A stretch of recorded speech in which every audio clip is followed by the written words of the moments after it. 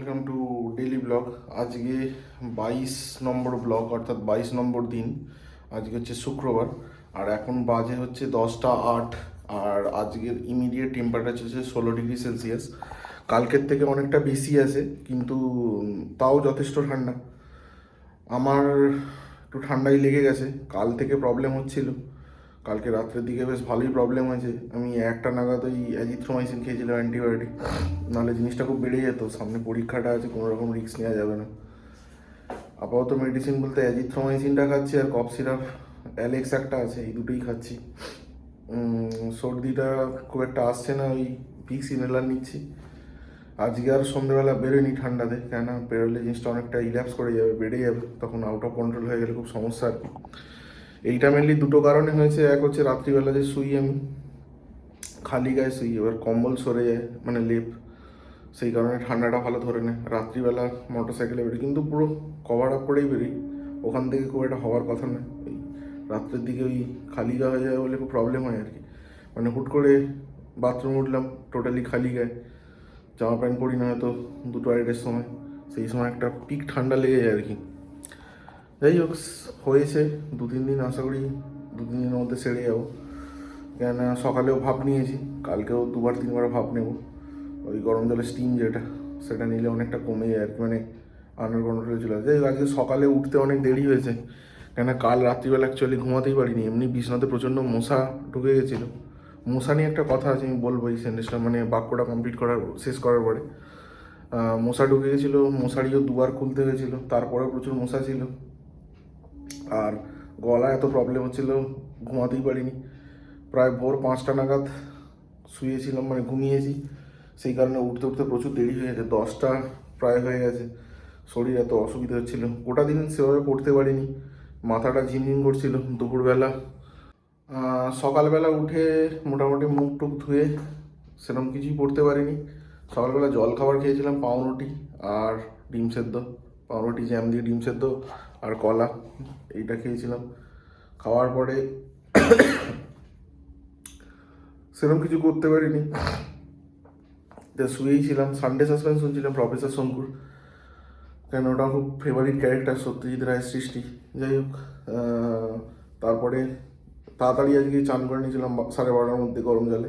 চান করে অনেকক্ষণ ছাদেতে ছিলাম, ছাদের গরমেতে।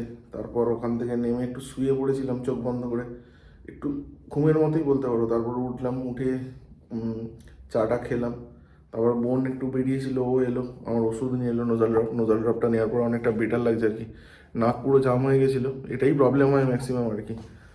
তার নোজাল ড্রপটা দেওয়ার পর অনেকটা বেটার। সন্ধ্যেবেলা টিফিন বলতে ওই মা ওই দই দিয়ে সুজি দিয়ে একটা করেছিল, খারাপ নয় মোটামুটি। দেখ ওটা খেয়ে দে। সন্ধ্যাবেলা তো পড়তে পারিনি, রাত্রিবেলা বসেছিলাম একটু। আজকে বলেই দিচ্ছি অলরেডি, সন্ধ্যাবেলা বিকালবেলা বেরোনো হয়নি, মানে সন্ধ্যাবেলা বেরোয়নি। তো রাত্রিবেলা একটু পড়তে বসেছিল অঙ্কগুলো, আর অলরেডি 2টো ভিডিও আপলোড করা হয়নি, আমার খেয়ালই নেই। শরীরটা এত খারাপ, আমার একদম মনে নেই যে পরপর 2খানা ভিডিও আপলোড হয়নি, যে কারণে 2খানা ভিডিও পরপর আপলোড করতে হলো, যে সিকোয়েন্সটা বজায় রাখার জন্য। আর যেটা ব্যাপারটা, যে মশার ব্যাপারটা আমি যেটা বলছি, সেটা যে প্রতি বছর একটা জিনিস লক্ষ্য করেছি, যে শীতকালের দিকে মশার পরিমাণটা, মানে প্রভাবটা অনেকটা কমে যায়। সেরকমভাবে মানে একটু ঠান্ডা পড়তে পড়তেই মশার প্রভাবটা অনেকটা কমে যায়, মানে ম্যাক্সিমাম রাইজ হয় আর কি গ্রীষ্মকালে আর বর্ষাকালে। সাংঘাতিক লেভেলে বাড়ে হচ্ছে বর্ষাকালে, আর গ্রীষ্মকালেও বেশ ভালো বাড়ে। একদম পিক গরম পড়ে গেলে ওই 48-45 এরকম হলে একটু কমে যায়। কিন্তু শীতে দেখেছিলাম প্রতি বছর মশা সেরকম থাকে না। এবছর স্ট্রেঞ্জ ব্যাপার, মানে একদম অদ্ভুত ব্যাপার, মানে সাংঘাতিক লেভেলের মশা, অল টাইম সবসময় মশা। রুমের ভেতরে মশা, মশারি টাঙাচ্ছি, একটু উঠে যাচ্ছি, বাথরুম যাচ্ছি, মশারি খুললেই সমস্যা, মশা ঢুকে যাচ্ছে। 2-3বার করে মশারি ছেড়ে শুচ্ছি, তারপরেও মশা ঢুকছে, মানে মশা বন্ধ করা যাচ্ছে না। এবার আমি মানে চিরকাল হ্যাবিচুয়েটেড ব্যাপারটা মশারি টাঙিয়ে শোয়া, এবার তারপরেও এত মশা, খুব প্রবলেম আর কি। মানে মশাগুলোর সাইজও খুব ছোটো ছোটো, সাদা টাইপের, খুব ফাস্ট ওড়ে, মানে বোঝা যায় না। মেবি কানের পাশ দিয়ে গেলে বোঝা যায় একদম, মানে মশারি যে মারবে তারও পজিশান নেই, মানে এতটাই ক্ষুদ্র আর কি। এবার একটাই রাস্তা, মশারি খুলে নতুন করে আবার মশারি লাগাও, কিন্তু ওই মশা তো ঢুকে যাবে। এবার বিছনা পরিষ্কার টরিষ্কার করে অনেক কিছু কাটি করে তবেই মশারি টাঙালে মশাগুলোকে মোটামুটি আটকানো যাচ্ছে, এছাড়া কোনো রাস্তাই হচ্ছে না। মানে স্টিল আমি বসেছিলাম গুড নাইট জ্বালিয়ে। এখন কালকে ধরো টেম্পারেচার 12 ডিগ্রি ছিল, তাতেও মশা কামড়েছে রাত্রিবেলা। আজকেও মশারি টাঙি, মানে আমি গুড নাইট এখানে জ্বালিয়েছিলাম, শোয়ার সময় তো মশারি টাঙাবো।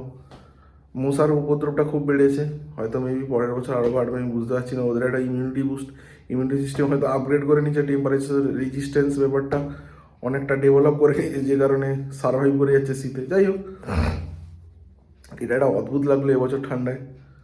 যাক, আর বেশি কিছু বলবো না, ভিডিওগুলো আপলোড করে দিচ্ছি পরপর দুটো। আজকেরটা, এই ভিডিওটা কালকে আপলোড হবে সকালে। আর রাত্রিবেলা খাওয়া দাওয়া করে নেবো। কিছুক্ষণ অঙ্ক করেছি, আজকে আর বেশি ভালো লাগছে না, মানে মাথাটা একটু হালকা ভারী হয়ে আছে। শুয়ে পড়বো।